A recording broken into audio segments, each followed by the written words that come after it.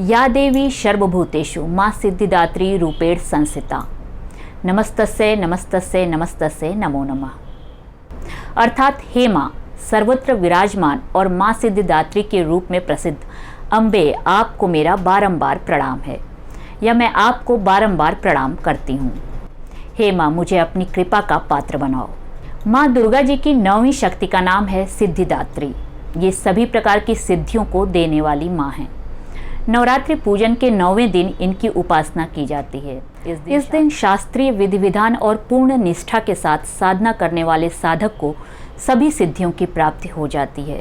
सृष्टि में कुछ भी उनके लिए अगम्य नहीं रह जाता।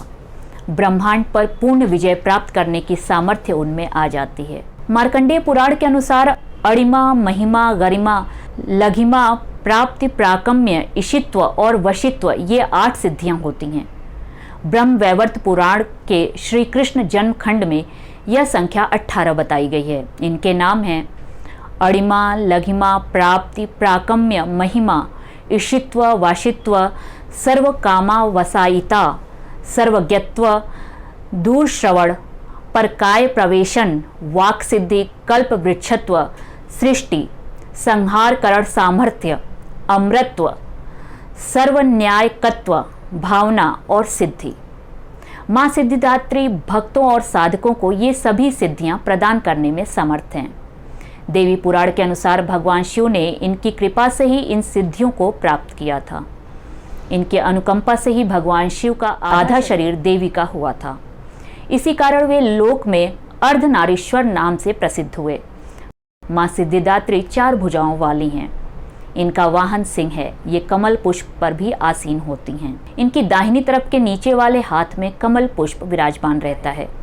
प्रत्येक मनुष्य का यह कर्तव्य है कि वो माँ सिद्धिदात्री की कृपा प्राप्त करने के लिए निरंतर प्रयत्न करें, उनकी आराधना की ओर अग्रसर हों।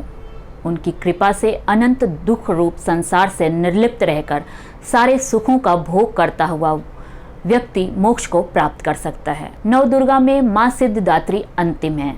अन्य 8 दुर्गा की पूजा उपासना शास्त्रीय विधि विधान के अनुसार करते हुए भक्त दुर्गा पूजा के 9वें दिन इनकी उपासना में प्रवृत्त होते हैं।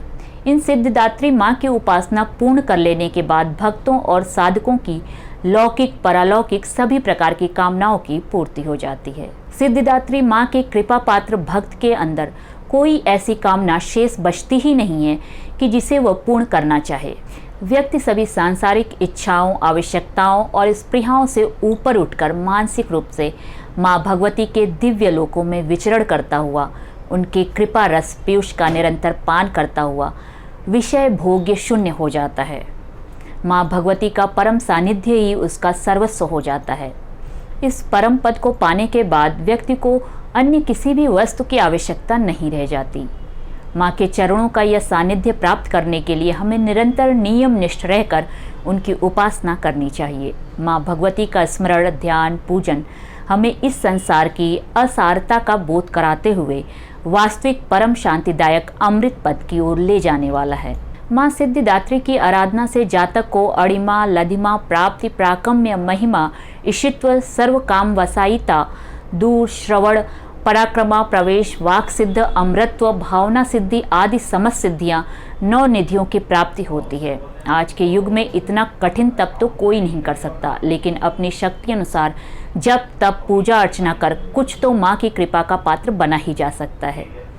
प्रत्येक सर्वसाधारण के लिए आराधना योग्य यह श्लोक सरल और स्पष्ट है। माँ जगदम्बे की भक्ति पाने के लिए इसे कंठस्थ करें और नवरात्रि में 9वीं के दिन इसका जाप करना चाहिए।